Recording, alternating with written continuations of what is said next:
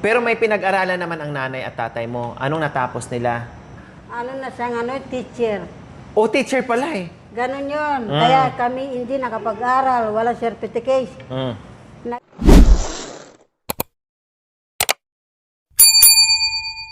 So, ayan po mga kababayan. Tapos na kami mag-coffee. No? At uuwi na rin kami mamaya-maya hatid namin si Nanay Gemma. So, ito na po talaga mga kababayan na pag-usapan na po namin lahat-lahat. And syempre, papaalam din namin ni Nanay Terry. No, kasama ko ngayon si Nanay Gemma. So, Nanay Terry, aalis tayo bukas, ha? Mga alas 8, kailangan nandito na tayo. Sunduin natin si Nanay Gemma. Kasi kailangan talaga siya bukas na makasama natin. Tapos, pupunta tayo sa GBL. Tama ba ako? GBL o GVL? GBL, pupunta tayo doon. GBL Hospital ng Pampanga. Tama ba ako? Ng Pampanga. Tapos, magpa-check up tayo doon. Ha? Kasama natin si Nanay Gemma. Okay lang sa'yo, Nanay Terry? Magpa-check up tayo para gumanda yung katawan mo at mabigyan ka ng bitamina at makatulog ka ng maayos. Kasi gusto namin, lalo na ako, na parang anak mo na at parang nanay na kita. Gusto ko na maayos ang katawan mo, mataba ka, no? At siguraduhin ko na mahahaba ang buhay mo. Siguraduhin ko na wala kang sakit. Siguraduhin ko na tatagal ka pa sa mundo na gusto kong mabuhay at magkasama pa kayo na para nakitang nanay kayo ni Mami din nandyan sa bahay na mga magulang ko na kayo dyan. Siyempre, minahal namin kayo, kaya gusto namin na mapabuti pa lalo ang buhay nyo na hindi lang sapat yung nandyan kayo araw-araw kumakain, nakaka-relax kayo. So, meron pa akong dapat ayusin para sa sarili mo na kahit papaano ay makatulog ka ng maayos at hindi ka na madidisturbo kung ano man yung gumugulo sa isip mo. Kasama si Nanay Gemma natin bukas. Ayos lang, Nanay Terry? Okay, sige. Oo. Kasi nung nakaraan, si Mami din muntik nang mamatay. Oh, yeah. Muntik na namatay. Bakit? Akala ko nga, hindi na maano yan eh. Hindi na makatayo yan. Hindi na aabot ang ospital. Kasi nagkasakit yan. At grabe yung sakit niya. So, buti na lang, napasyalan ko sa bahay nila. Dahil kung hindi ko napasyalan, Nanay Gemma, wala na. Tigok na yan. Nang lalim na ang mata niyan. Gaganon-ganon ang mata niya, no? Anak, parang hindi na ako mabubuhay. Parang mamamatay na ako, hindi ko na kaya. Gumagaya na yan. Nadatnan ko lang at napacheck up, kaya nabuhay pa. Hindi pa siguro kapalaran ni Mami din na pumunta sa purgatorio. No, talagang naanghilan pa, kumbaga. Kaya ngayon, tinan mo naman, tumaba, maliksi na ulit, at malakas na. Dahil napacheck up ko. Napasama namin. Muntik na yan. Araw-araw kasi siyang pagod. Yun nga, nasobrahan, Nanay. Araw-araw naghanap siya ng puso para lang may kainin. Yun nga. Kaya nasa bahay, siyempre, wala na siyang kain, tulog na lang siya. Kaya tumaba ngayon. Kamuntikan na yan dahil grabe yung problema din yan. Pagod, problema, trabaho, stress, hindi natutulog. Kung hindi ako dumating. Kung isang linggo ang pinaabot na hindi ako, kaya pala sabi ko, parang kinakabahan ako. Parang hinihila yung paa ko na puntahan si Mami D. Kaya pala, pagdating ko doon, hinang-hina yung matanda. Diyos ko, halos hindi na ano nangyari sa'yo, Mami D? Kung isang linggo lang ang lumipas na hindi ko nadatnan, wala si Mami D. Hindi ko madatnan na buhay si Mami D. Dahil problema, pagod sa trabaho, kaiisip kung anong pagkain, problema sa pamilya, lahat na nandoon na sa kanya. Kaya sabi ko ngayon, ikaw, Mami D, binigyan ka na ng pangalawang pagkakataon ngayon, sa bahay ka na, ha? Tapos umuwi, nagkasakit uli. Tapos pumayat uli, kinuha ko na naman. O, sabi niya ngayon, anak ko, sorry ha, hindi kasi ako nakinig sa'yo. Sasama na ako sa bahay niyo ulit. Hindi na ako uuwi sa amin. Kasi mamamatay ako. Iiksi ang buhay ko. O, ngayon nandiyan sa bahay. O, di tumaba ulit.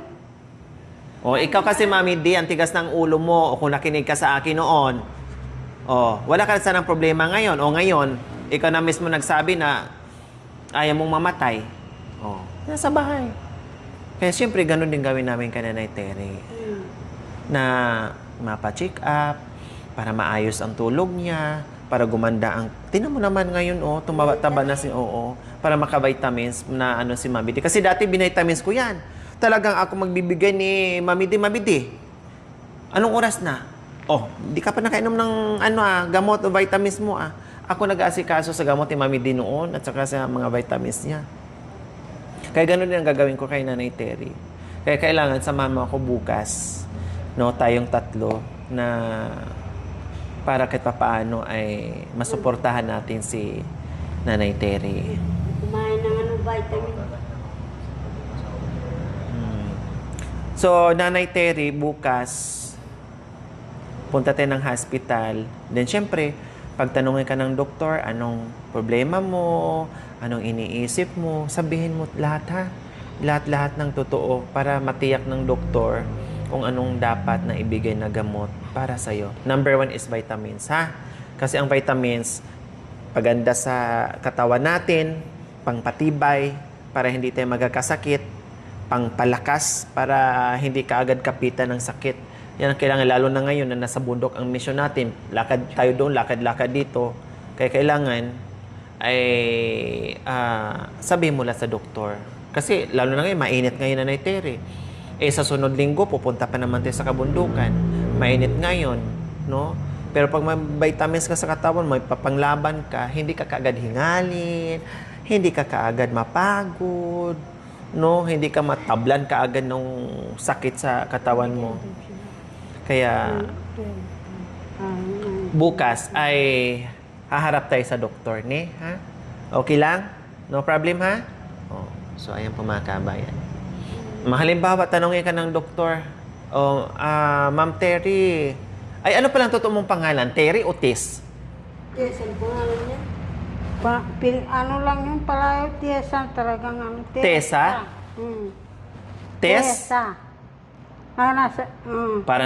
Parang chisa na. Parang, Tessa. Tessa nga talaga. sabi niya, Tess lang. Hindi palayaw lang yung Tess, pero buong pangalan Tessa. Tessa. Tessa Obyong Infante. Obyong Infante. Tessa. Akala ko Tess. Tessa pala. Tessa. Tapos yung Terry, bakit napunta sa Terry? Sino naman ang Sino naman nag-ano sa'yo, nagbigay ng pangalan ng Teresa? Ay, Terry. Yung Teres. Oo, yung Teresa ang nakuha. Yung doon sa Palayaw. Doon sa Lara. Ano pangalan mo? Ala akong pangalan. Sige, bigyan kitang pangalan. Terry na lang. Sino nagpangalan? Tapos, sa tuwing tatawagin nila ako, Terry, sabi niya. Magaling naman ako. Nakalimutan na yung pangalan kong Tessa.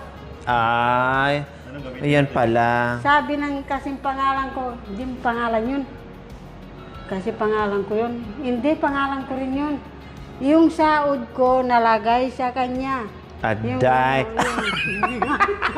Nagpalit ng pangalan. Sabi ko, pangalan ko si Tessa. Sabi ko, nag-away nga kami. Nagsabunutan pa kami. Imbes ang sahod ni, Isang maleta yun, biro mong 80,000. Ang pera. Ang dami nun, 80,000 Sahod namin, nagtrabaho, naglimpaso. Sa akin yan. Kasi pangalan ko kanya, nabanggit yan. Hindi, pangalan ko yan. Noong 1964, di nagtrabaho na ako dito. Wala ka pa, bago ka pa dyan. Sabi ni Kuya Jer Tolentino, ako Tessa. Diyos, hindi, kako, hindi, sa akin yan. Aroy, kasi tawag sa akin nga niya si Kuya Jerry. Ako, ay hindi yan. Ako. Kundi ang pera, napunta doon sa ibang pangalan. Napunta sa kanya nga yung Ay, ano, si Malita. apo. Kasama ka pala ng Malita girl. Nung nakita ng lalaki na may pera siya nung nakita ng lalaki na mayroon siyang pera, nagsama naman sila hanggang sa ngayon. Sila din nakinabang sa pera na yon, na isang Malita. Oo, sila nakinabang. Ay, apo. Sabi ko, aray Tessa, sa tuwing nakikita ko siya, sayang naman ang pera ko. Sa tuwing nakikita ko siya, bakit nga no, yung kumukulo yung dugo kung... Dahil nainis ka dahil ang pera na napunta sa kanya. Oo, ganyan ako. Pero bukas, kung tanungin ka, anong pangalan mo? Oh, siyempre, kausapin ka ng doktor bukas, anong pangalan mo? Anong isasagot mo? Tessa. Ayan, very good. Ano ang apelido ng nanay mo? Labyaw. Labyaw nga ang pangalan, pilito niya. Labyaw? Oh, hindi naman yung labyaw. Labyaw. Oo.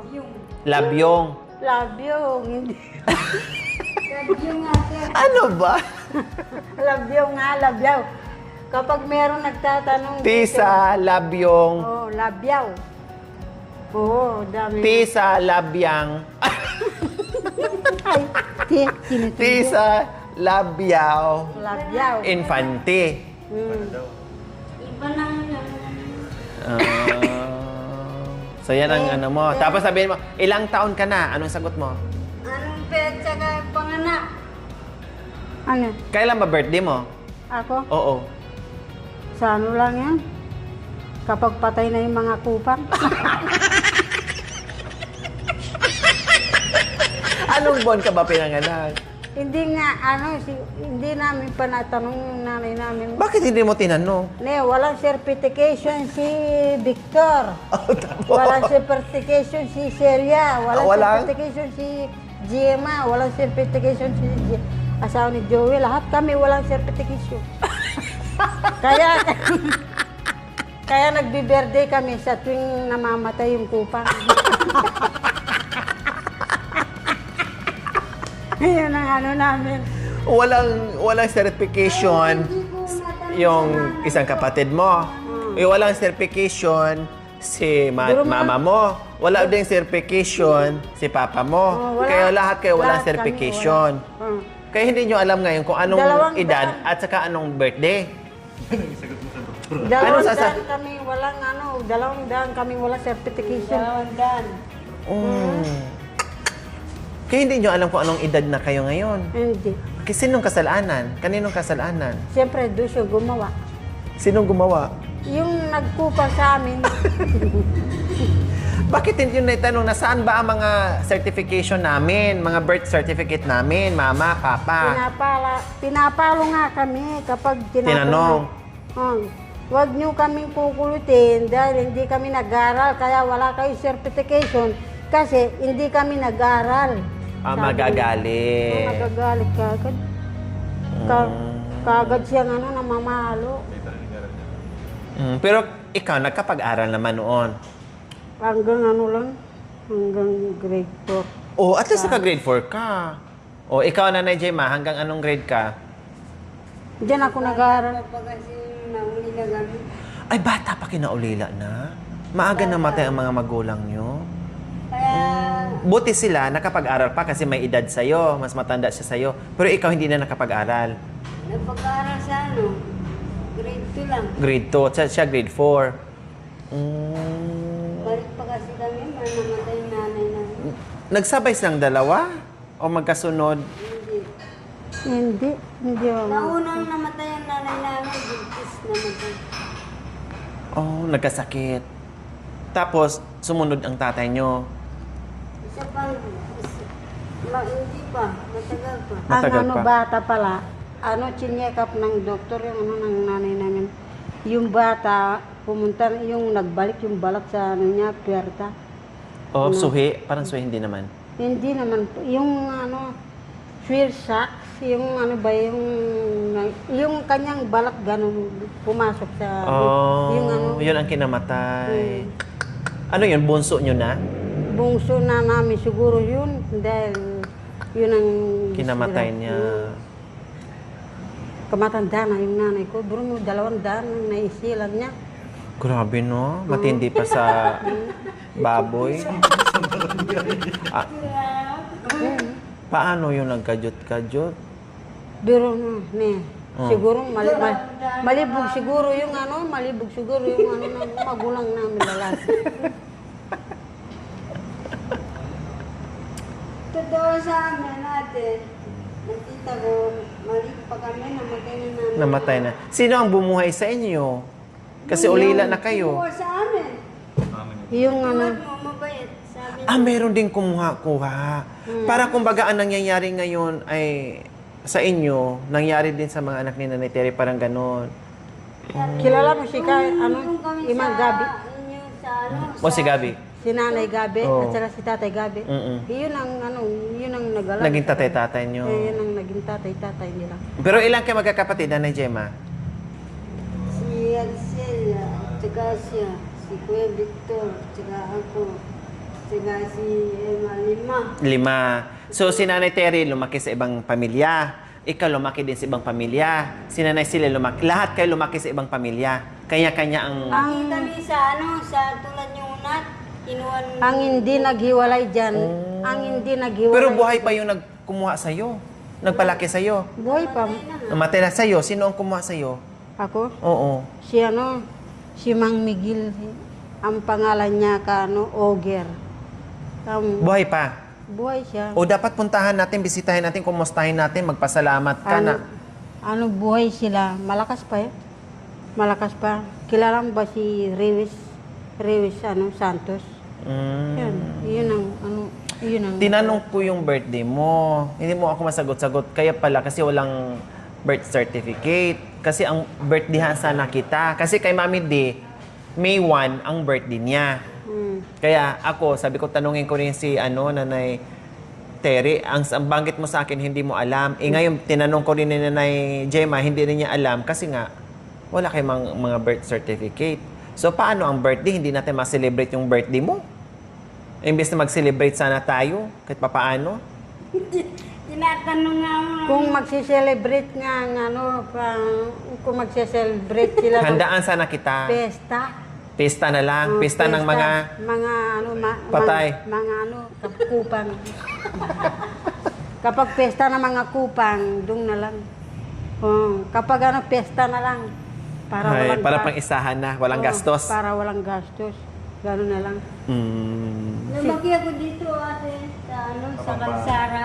Oo, sa Kapampangan na. Sila, Oo. So, kawawa naman mga kabayan. Lahat sila daw. Paano daw sila? Ang nanay nila walang birth certificate. Ang tatay nila wala ding birth certificate. So, ang mga kapatid wala ding birth certificate. Oh. nakapag-asawa yung iba kong kapatid. Diyan, sa malayo. Wala silang Wala. Walang birthday. Sabi, nagtatanong sila, ate, ikaw ang panganay sa amin, ba't hindi kami nagbe-birthday ba? Pakinggan mo yan mo ko. Meron na kayong asawa, dapat itanong nyo sa kanya yung birthday ninyo. Tama. Oh, tapos? Tapos, paano nila nalalaman? Wala naman yung certificate namin sa kanila. Tama. Hindi namin may di-display ang aming certificate. Yun ang ang diferensya sa ating magulang na bobo. Gano'n. Kasi walang pinakita ang mga birth certificate nyo. Kasi wala nga po daw sila. Dumating yung American, dumating yung Hapon. Negro, Oh. tsaka yung Hapon. Tinatanong yung certificate ng mga asawa. Oh. Aray, sabi nila, grabe.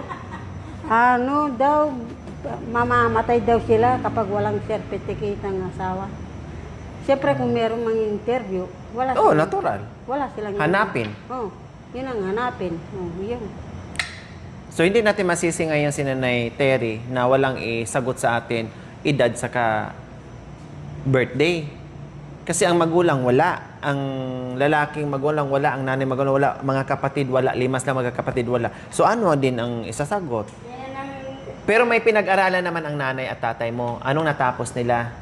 Nakapag-aral sila na Mami D, Nanay Terry? Nakapag-aral sila? Natapos daw siya ng military high school college. Nakapag-element, Na siyang teacher. O, teacher pala eh. Ganon yun. Kaya kami hindi nakapag-aral, wala certificate. Nag-iwalay yan. Nag-asawang lalaki, nag-asawang babae. Ganon yan. Yan pala ang nangyari. Itong nanay namin, naging teacher dyan sa itong sakop nito, Porak, di ba ito? Oo. O tapos, Babosakan. Opo. Yung pangalawang baryo, nandun siya. Doon siya nagtuturo. O ngayon sila lalaki, nasaan naman napunta? Yung asawa niya, siya doon, Mitla. Mitla. Yung patatay mo ngayon, ano nangyari din? Ang tatay ko naman, nakita lang yung anak ni Mandonisio Giao. Niligawan din yun. Parehas silang, nag-asawa. Kaya Hindi na naasikaso yung mga anak nila, kayo hindi na naasikaso. ako pinag-aral ko lang ang sarili ko noon. Wow. Sabi ko, Sir, magpagtrabaho ako sa inyo, tapos araw, mag-aaral ako. Gabi, maglalaba ako. Araw, mag-aaral ako. Very good Sabi niya, Galing. sige, tanggapin ka. Pero hindi ka na kanyang uuwi doon sa nag-aalaga sa'yo. Siyempre. Kasi magtrabaho ka. Hindi na ako umuwi doon. Kaya nakapag-aral ka hanggang grade 4. Grade 4 college. Di ba? Ang galing ni Nanay Terry,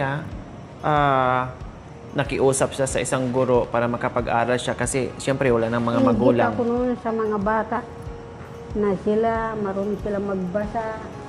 Ako hindi. Nainggit ka sa mga bata. Nainggit ako. Tapos nakiusap ako sa guro. Tapos pinaaral ako dyan sa Porak.